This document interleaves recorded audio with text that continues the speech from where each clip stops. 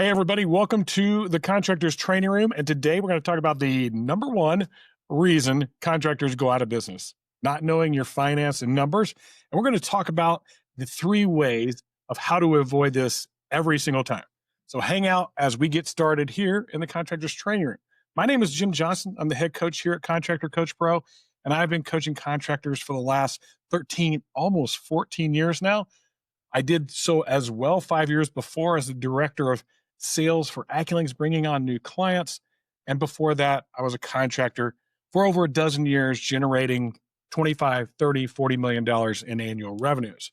And I made lots of mistakes on the way. I'm here to help you avoid those mistakes and talk about this thing we call the contractor's blueprint and the contractor's scaling matrix. So let's bring that over and talk about that a little bit on our smart lie board here.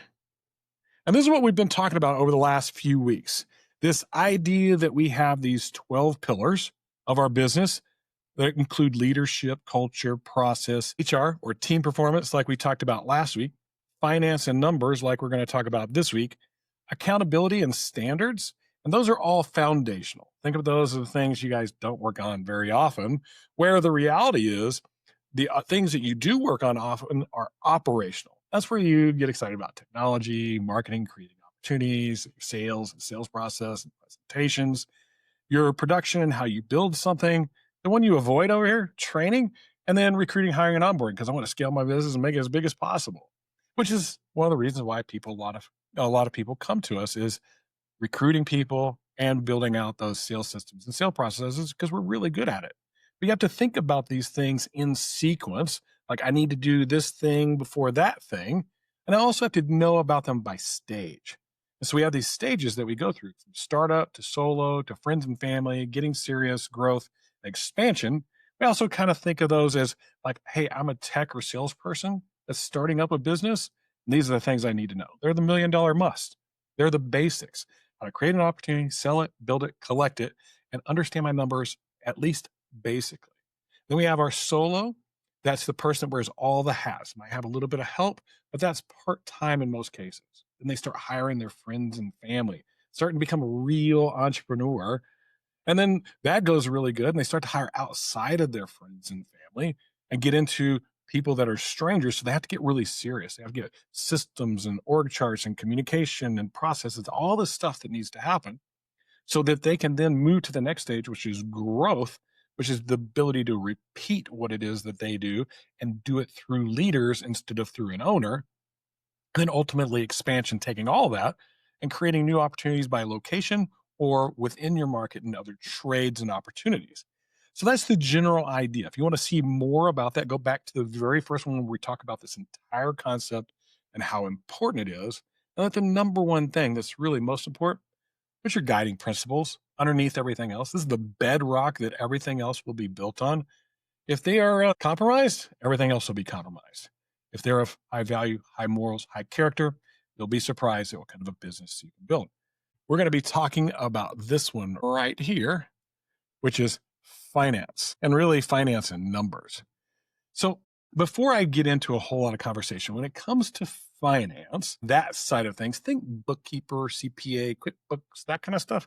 That's really finance and understanding profit and loss, your balance sheets, cash flow. We're going to talk about that a little bit today, but I also want to talk just as much about numbers, understanding margin, understanding volume, understanding cost, understanding these things that are really important that determine whether you're going to be in business next month or not. So let's get the first thing out of the way right away. And we're going to do this thing called the financial awareness curve. Because I think a lot of us aren't really aware of what it is that we need to know in order to move through these stages of our business. So let's give a little bit of a model here so we can understand what it is that we're trying to accomplish. Think of this as my awareness of things financially have to improve exponentially over time, and they get steeper and steeper as we move into those larger growth stages and expansion stages, where things are moving at a much faster rate and there's more of it than I can process and compile. Down here in startup, hey, I know every job that's going on. I know how much it's going to cost me, who's going to do it. And so it's pretty easy to navigate, and then what I'm going to make on it so I can make decisions with that. But it gets more and more and more complicated each step along the way. So this is the first step, your startup step. And this is where you need to know a few things. And I do have notes over here on the side so I can stay on track with you guys. This is a big concept we're going to talk about today. It's probably the most important one of all the ones I've done, except for maybe leadership. One of those two. It's between this one and leadership. So startup, I got to know what to charge. Like that's number one. This difference between my business and personal expenses. That's all. So finance, difference between a business and personal expenses. And then numbers, what do I charge? How do I charge the right amount for what it is that I need to do? And so I'm going to challenge you with this concept of profit first. We're going to come back to that a little bit more, but how much profit do I want to make on each job and then work it backwards from there? Not the other way around of here's all my costs and that's all that stuff.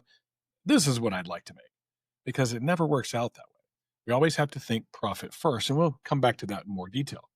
So what do you need to understand at the startup phase? Well, you need to understand the basics of cost of goods sold. You need to understand gross profit and true gross profit. And most people don't understand gross profit for what it is. Think of gross profit being everything that's left over from the revenue after all the costs of goods sold. So I have material, I have labor, I have commission, I have permits, I have everything that's directly related to a job that I could specifically say, hey, it applies to that one job. That's a cost of goods sold. That's that thing. And I need to subtract that, including commissions, from the top line revenue to give me gross profit. And that gross profit number, as many times, and almost every contractor I ever talked to tries to do it before the commissions when they really shouldn't. That's not how accounting works.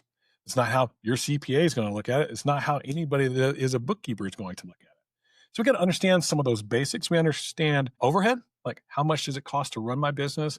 If I'm renting a space, if I own a space, if I have vehicles, office equipment, insurance, all that other stuff, that's all overhead.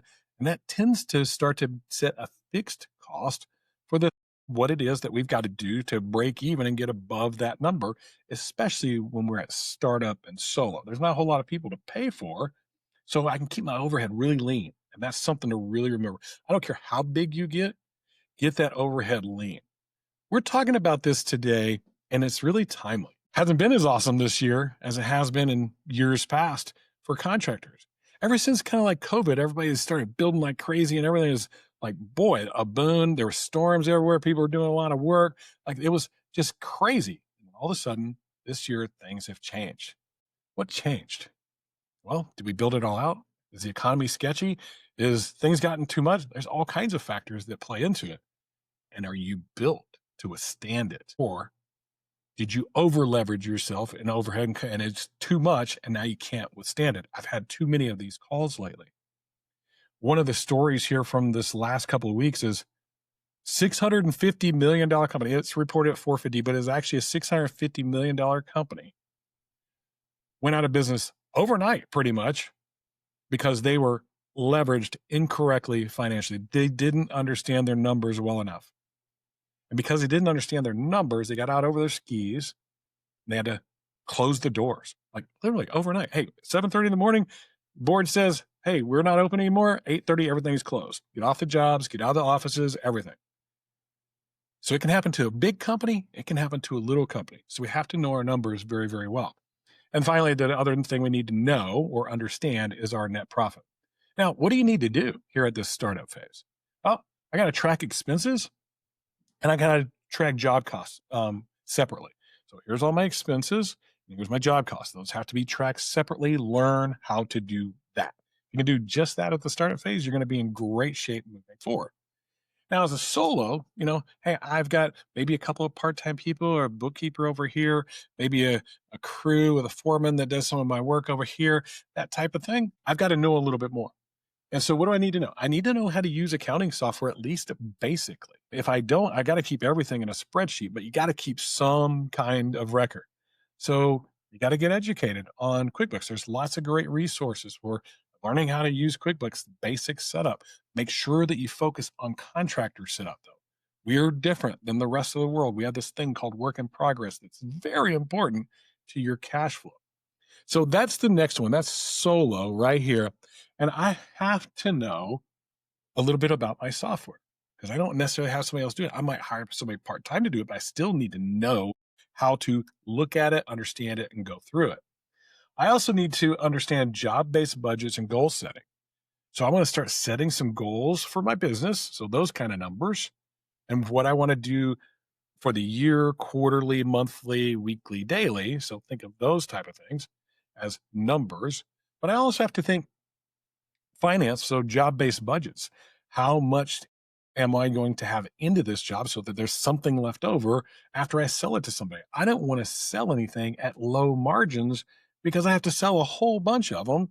And I'm not going to be desperate to just get a job because that person won't pay anymore. They're going to pay what I'm worth. And the fact that you're in this smaller stage down here, you can run really lean. You can actually win some of the price battle situation with some of these bigger guys because they have more overhead. So that's some of the pros and cons. That's the things you have to think about. And so the other thing you have to do here from a finance standpoint is reconcile your books monthly. So you gotta, hey, once a month, just reconcile your books, go through it, sit down with a bookkeeper, sit down with your buddy that knows finance, whoever it is, and just get them accurate every single month. You have no clue how many different contractors we've coached, and we get a view into it's like, oh my goodness, it's an absolute wreck, and it takes us months, like to get it all cleaned up, figured out, and everything like that. If you're looking for help in that side of things, there's a great resource. It's called Refinery. Our coaches, Jenny and Roz, created a finance and HR a coaching business that we help them promote and like made a thing. Don't be scared to go and use those guys when it gets into the technical details, especially from a QuickBooks usage setup. We're going to talk strategy, how to approach it, but they're going to talk practical, like this is how you do it specifically in the tool. But we want to set you up to win. Now, next one is your entrepreneur or friends and family. This one right here. And we're still learning a little bit more. It's not crazy. I got to understand what I need to know is I need to know profit and loss, balance sheet, cash flow. Those are three basic things in my software that I've got to know. I got to know profit and loss, what that means. I've got to know a balance sheet, what that means. And I really got to understand cash flow because all that cash in your bank isn't yours. It is not yours. As a matter of fact, most of it is somebody else's, your suppliers, your crews, your county and state for taxes and permits and all the other stuff. You got to think about those things. You cannot let it get out of control on you. So every single job, we got our job-based budgets, and I understand those profit and loss balance sheets and cash flow. Now, I also need to understand some things that start to give me an advantage because I'm starting to gain a little bit of buying power now. How do I get some discounts? How do I go back to my supplier and my supplier rep and say, hey, look, I'm buying a little bit more than the normal average Joe out there. What percent can I get off? What kind of pay earlier discounts can I get? What kind of rebates can I get if I buy a certain amount for the year? And don't just settle. Say, is that all? Is that it? That's not what I've heard from others. Negotiate that thing. All right. Use tool. We give guys tools how to negotiate that thing in our coaching. And it works fantastic. It pretty much pays for our coaching just all by itself. But the idea being that, hey, I need to understand my buying power. I can get some discounts. I also need to understand commissions. Now I've hired a few people. I got a few salespeople working for me. I need to understand how much of the overall pie can I pay out in commissions. We're going to talk about that in a little bit. And then we start to move into this idea of what you need to do. So this is what you need to do. If you're at this stage in your business, the friends and family, you need to review all your reports monthly, if not weekly. I want to start looking at these reports that are my profit and loss, my balance sheet, my cash flow. I want to look at my sales numbers. I want to look at those, and I want to look at my profitability through that profit and loss to go, hey, are we a healthy business? So that's the part that you need to do. Moving into our, hey, let's get serious. This is where we're all this whole time we've had a business. Now we're actually really becoming one. We're becoming a serious business. And if we're going to become a serious business, we've got to up level our financial awareness.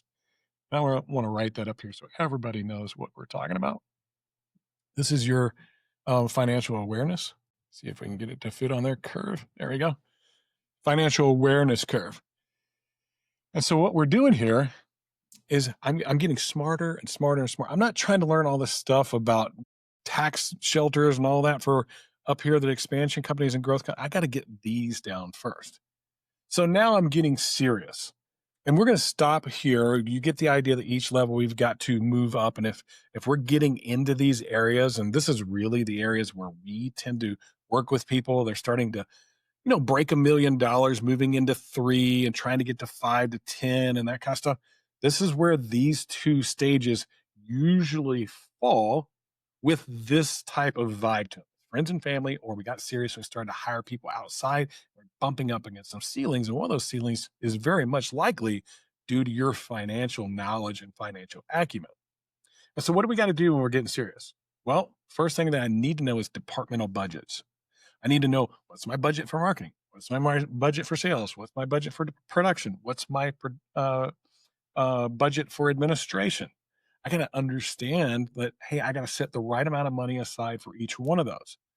I got to understand that marketing is a portion of my revenue, but if I get out over my skis because I've set my revenue goal at this number of, I don't know, 20 million or 10 million, because we're in this stage right here, and I say, hey, I'm going to use 10% of my revenue to pay for marketing because that's what'll get us to the 10 million.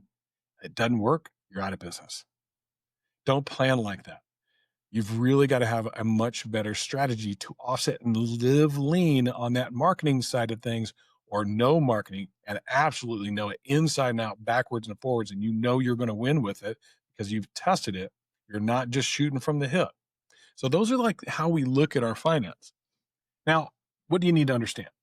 Here at the business stage, this getting serious, we need to understand this thing called the profit pie. We're going to talk about that in a little bit. And there's really two sides of the profit pie, but I'm going to talk about it from basic perspective, and then we're going to talk about how it actually generates budgets and stuff like that for you. Taxes, got to understand that. Guess what? Taxes are important, and you probably need to understand a little bit of that back here, and hopefully you've gotten some help to do that. But boy, right here, you better understand that. You better understand insurance costs and who's covered and who's not whenever it comes to the work on a project, and how you buy your insurance and who you buy it from. You can actually save quite a bit of money by actually getting the right policy for what it is that we do, instead of just a policy from your insurance dude down the street that says, yeah, this will cover you, because he's going to write it for as much premium as he possibly can.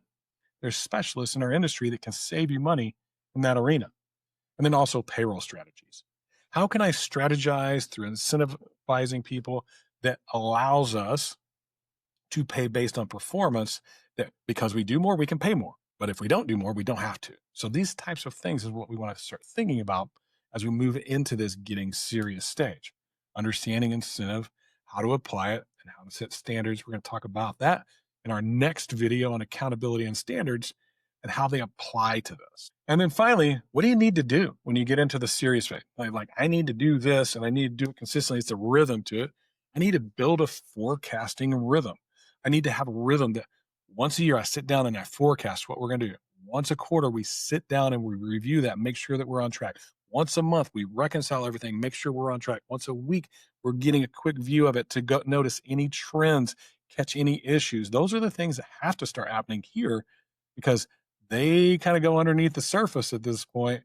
You're not in it every day, but you need to be on top of it every day. You need to have your leadership team getting educated on it as well, because as you move into this growth phase, they're going to have to start to own some of that aspect of the business. So this is your financial awareness curve.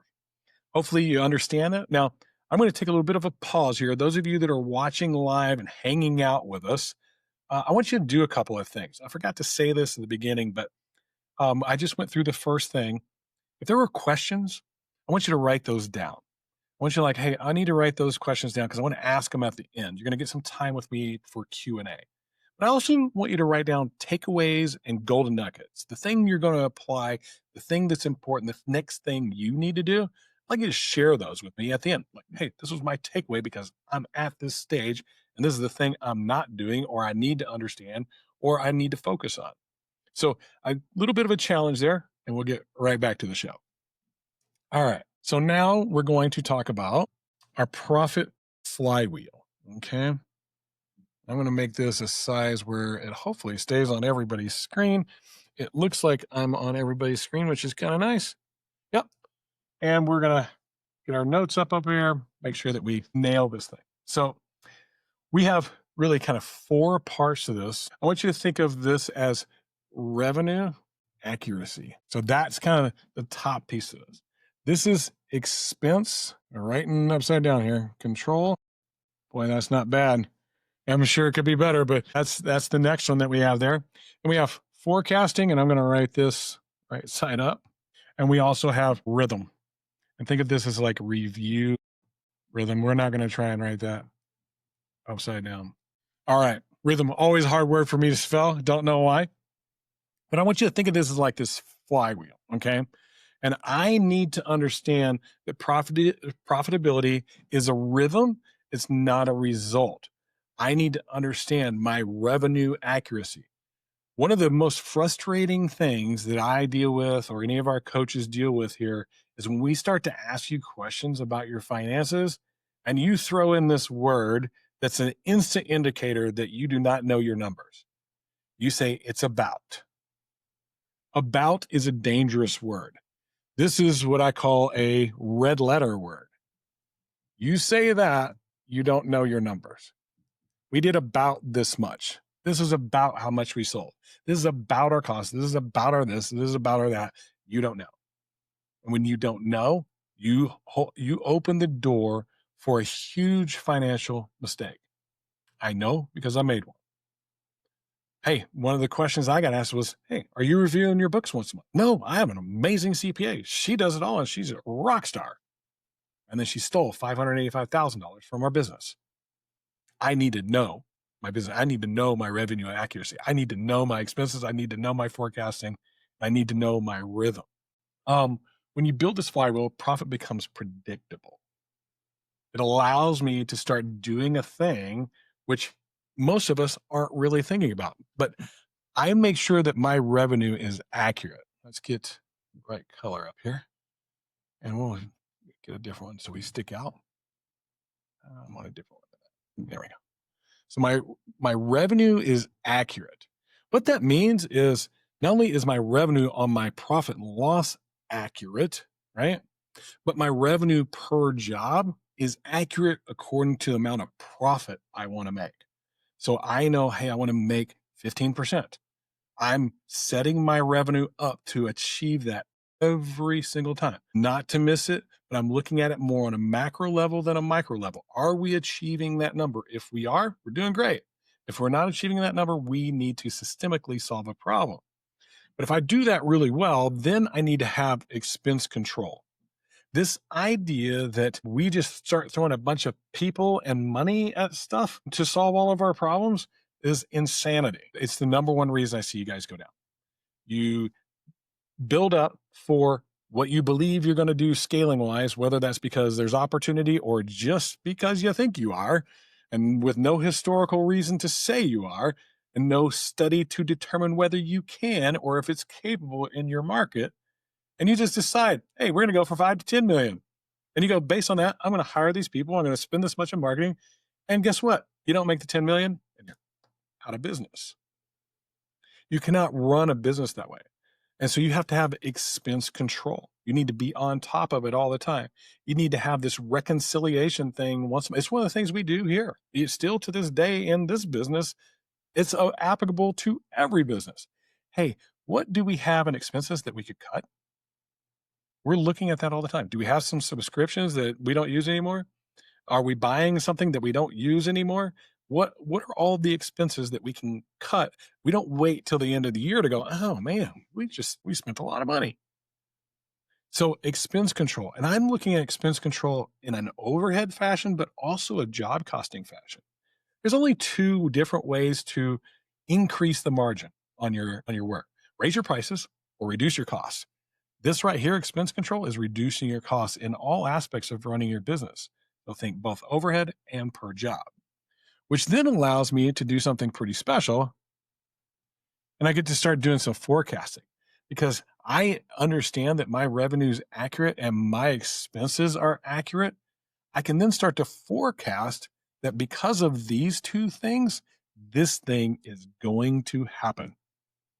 It's going to happen. I don't have to worry anymore about, is it going to be an about? I actually have predictable numbers that I can measure that tells me based on what it is that we sell, knowing we are going to sell that amount and our expenses are controlled to achieve it, I can forecast this is where we're going to be and be pretty darn accurate.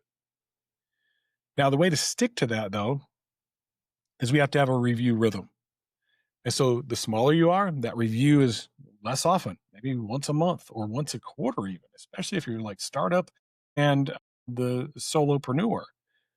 At least once a month, I feel a lot better about that for you. But as you grow, you start to move into weekly, you start to move into higher level financial planning. You start to move into tax strategies and things like that. And you need to have a review mechanism in place to handle that. And they vary by company, they vary by stage. We help people build these all the time.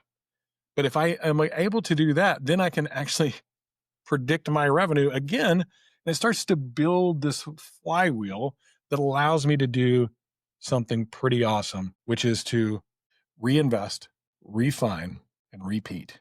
And this is how you move up the stages, because I can reinvest my profits, I can refine my expenses and what I charge, and then I can repeat that again and repeat that again, getting better and better and better and better about it all the time.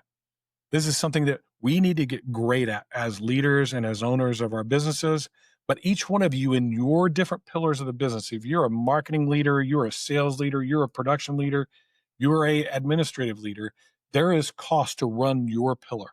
You need to understand this about your pillar as well to help the company be overall profitable.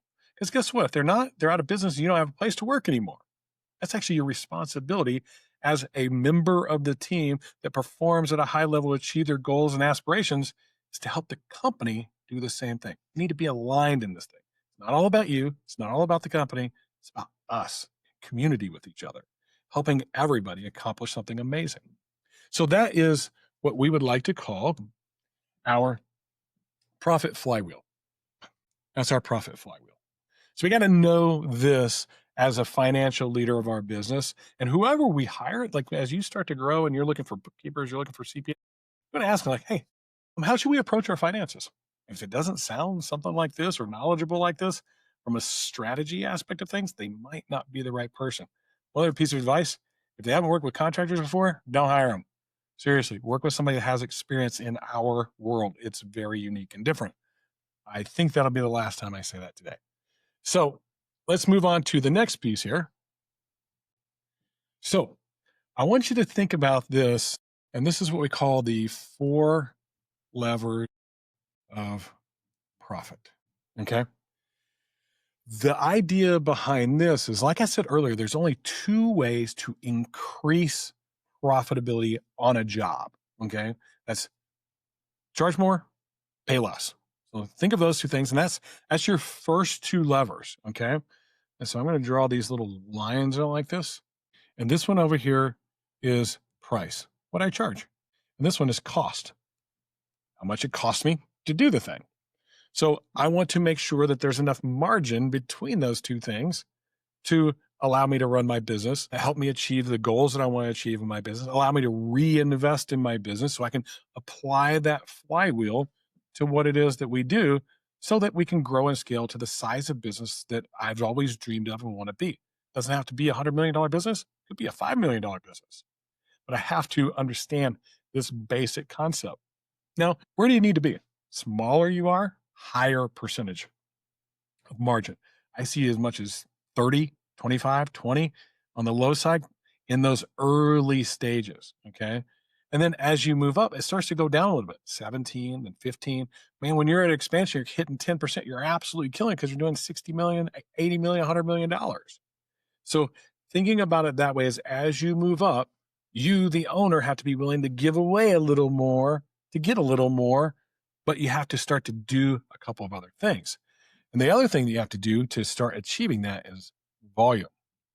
I was just talking to one of my contractors the other day. I said, hey, how's the expenses going? Great. Okay. Like, are you getting pushback from anybody on what you're charging? It's getting to the limits there, but we're still selling, no problem. I went, okay. So tell me something. Why is there financial hurt? Why is there pain? And then they're like, well, I don't know. Like every job that we sell, like I look at it is super profitable. Like, wow, it's crazy. Like we're really good. We run really lean. We have great systems and processes. Everything is awesome. Our costs are way down. We can charge a lot. Man, this huge margin. It's awesome. That's awesome. How many jobs are you selling? One a week? What's your overhead? Not even breaking even. So volume is a big factor. And I want you to think of these as like these levers, like an equalizer of your business. All right. We'll make them pretty. Let's make them pretty. All right, there we go. So I got these equalizers. One of these days, I'm going to get really good at this. And I'm actually going to use the right tool. And then the last one that we have is velocity. Okay. And so what's different about these things? Price is what we charge and what will the market bear, okay, for the value they perceive from me. If they don't perceive enough value for me, guess what? I'm in a battle for a low price leader. I got to go out there and just battle on price. But if I can add some value, I can charge a little more because I start to differentiate myself from everybody else. Then I have to look at cost. Have I even negotiated anything with any of my suppliers, tried to get things down? Have I negotiated anything with any of my crews because I'm keeping them busy all the time? Have I been able to reduce my insurance? Where can I reduce costs? Can I start to automate things so I don't have to hire as many people? Especially as I start to scale my business, I don't want to hire any more people. I want to multiply and amplify the people that work for me so I can keep my costs down and do a lot more, which is volume. That allows me to do volume because I'm now ready with my systems. I'm scaled. I understand my margins. Okay, let's go add to it because we're able to, because our velocity allows us to.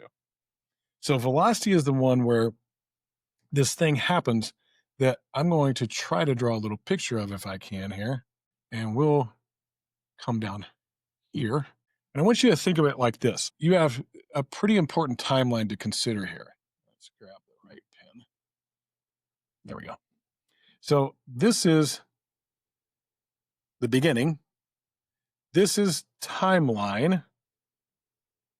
And this is, you got it built so you can invoice it.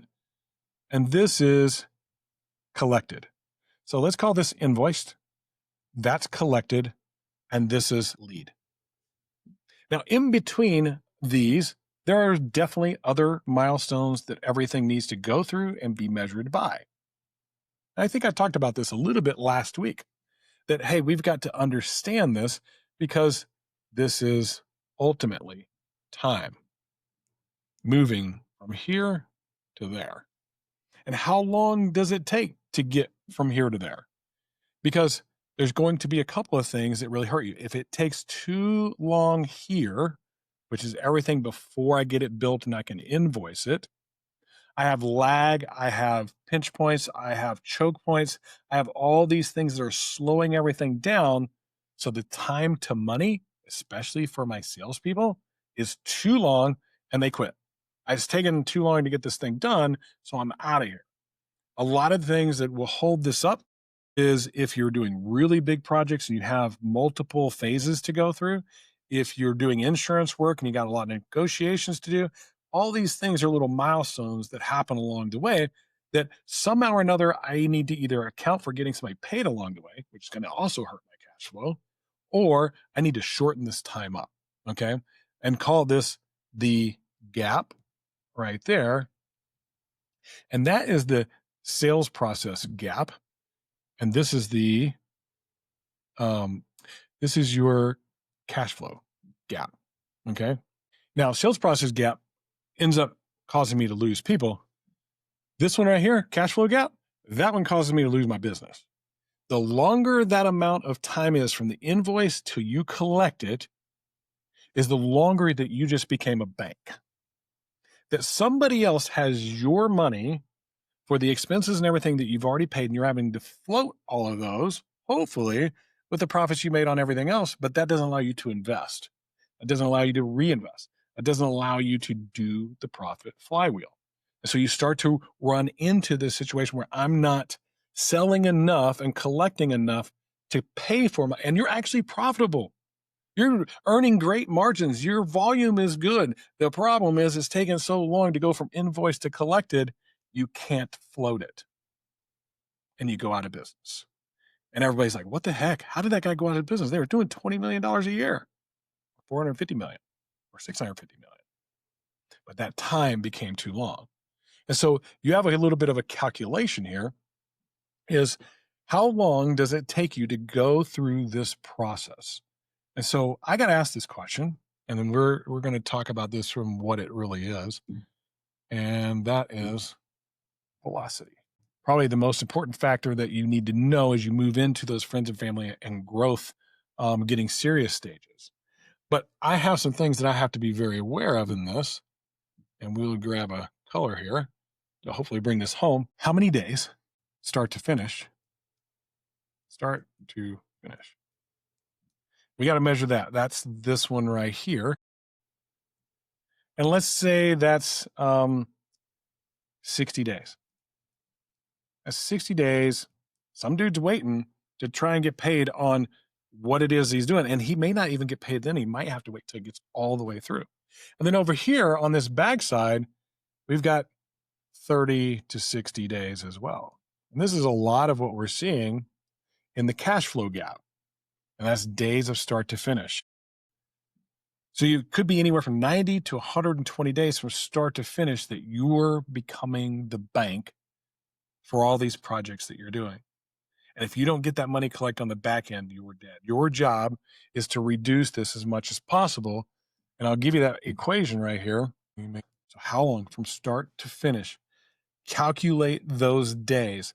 And let's say it's 100. Okay. Now you have 100 days. And you want to say, hey, and you want to divide that by the total revenue of the jobs, your average job, which equals $100 per day in cash flow. That's money coming through the office. That's per day. If I stack up a whole bunch of jobs on each other, that number goes up, but now I'm also floating all of those jobs. And so how healthy is your business if you're only making $100 a day on each one of the jobs that you do? So your goal, your number one goal, is to reduce those amount of days as much as you possibly can.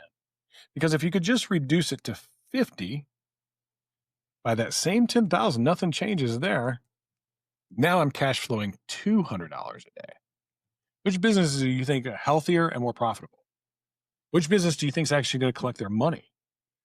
Which business isn't falling behind and becoming the bank? So you need to understand this profit gap and this time gap or velocity gap that's going to put you in a pinch point if you're not aware of it as you move into friends and family and into those growth phases. And this is where we help a lot of contractors actually understand this, build budgets around it, put the right people in the right place at the right time. And that's the whole point of the scaling matrix, is to do the right thing at the right time. All right. So that takes care of our 4 profit levers. I want you to think about them just real quick as I can move them. I can move these things a little bit. Let me kind of give you a little demonstration of what I'm talking about. So I can move them up or down, right? Whichever way I want to. And I could move a couple of them, maybe. But here's one thing you never want to do. Move them all at one time going up or down. That'll blow up your business in a heartbeat. So you're evaluating everything and say, hey, my market seems like we're winning all the time. Like our closing rates are really high compared to everybody else. Maybe I could raise my price. And maybe I could reduce my cost. You could do both of those things at the same time. I could be working on raising my price and reducing my cost. But if I'm doing that and I go out there and say, hey, let's raise the volume at the same time, you're not going to be able to handle it. You got to get this steady first. You got to get harmony in this. Because if you move that up and you move this down, now you add a bunch of volume to it, you don't make more money. You're trying to figure out where all of this went. You added volume to a system that your velocity might be pushing you down and costing you even more money in the long run, even more cash flow, and really compromising your business faster. So don't ever move all of them at the same time. analyze which one will benefit you the most, do that one first, then the next one, then the next one, then the next one. So that's how we pull the levers in our business financially to make big moves and grow our business. All right. So let's talk about the profit pie. This is our last one. This is a big concept today. This is our profit pie. We'll get a good color up there for, wrong one. Not that one either. There we go. Profit pie. Yep. And this is the basic one. We actually have one that we go through. It's a chart and helps all of our customers out dramatically. Our other head coach, Nathan Thibodeau, the creator of that, what an awesome job. It's such a great tool to help people. But I want you to understand the basics of it. This is all you have. It's 100%. This is the whole pie. And most of it looks kind of like this. Okay. Actually, I'm going to redo that a little bit. There we go. And 50% of your piece of pie, I'm going to put it in red, is COGS. $10,000, $5,000 out, cost of goods sold. Boom, gone. So that's 50%. That's pretty standard, and sometimes even as much as 55 to 60 I see out of companies. If it's getting into those numbers, we need to push our price up to get that back down to 50. Okay. Everybody's like, well, I just got to cut my costs. I got to buy better from no, raise your price. That's telling you to raise your price because you're getting up above 50%. So next up, we have another big portion of what we do. And I want to make sure I get the right amount here. Yeah, we'll go so. And this is the other really fun one. And I'm going to put in red, overhead. And that one tends to be 25 to 30% pretty consistently. So then we have two other things that are real important. They're about equal. One's a little more than the other. I'm going to kind of draw it like that. And these are going to be our net profit, which we try to tell people at least 10, striving for 20. Okay. That's kind of where we want to be in our businesses. At least 10, striving for 20. I'm going to highlight that really quick because I just think it's that important. Net profit is at least 10, striving for 20. We're healthy in overhead or cost of goods if we're at 50%. We're in a decent range if we're between 25 and 30, but I'm trying to keep that closer to 25 because that's how I can move that net profit. But there's this one other thing, and all of you forget about it until it's too late. And so I'm going to tell you right now, and I'm going to warn you right now, it'll be one of the things that can reach up and bite you and take you down. And you need to be very aware of it. And that is the almighty taxes. All right. And that's usually 5 to 10%. If you're really profitable, hey, you're going to pay a little more. If you're not, and you don't have a great tax strategy, if you have a great tax strategy, you'll pay less, which is one of those things you're going to learn as you move up in your business. But somewhere between 5 and 10, if it's beyond that, you got something wrong and you need to get somebody to assess it for you. So this is where things go. Over here, just to be really clear about what's in there, we'll grab this whole thing, move it over a little bit, okay? Keep it where we can all read it. I think that'll work. We have cost of goods. This would be materials. I want to do that different. This would be material, labor, commissions, and permits and such. Anything directly related, Eagle View, if you're taking measurements, anything like that. That's all your cost of goods sold. It's directly related to that job. And it's usually we want to keep that around 50%. These are the best practices. If we're close to there, that's great.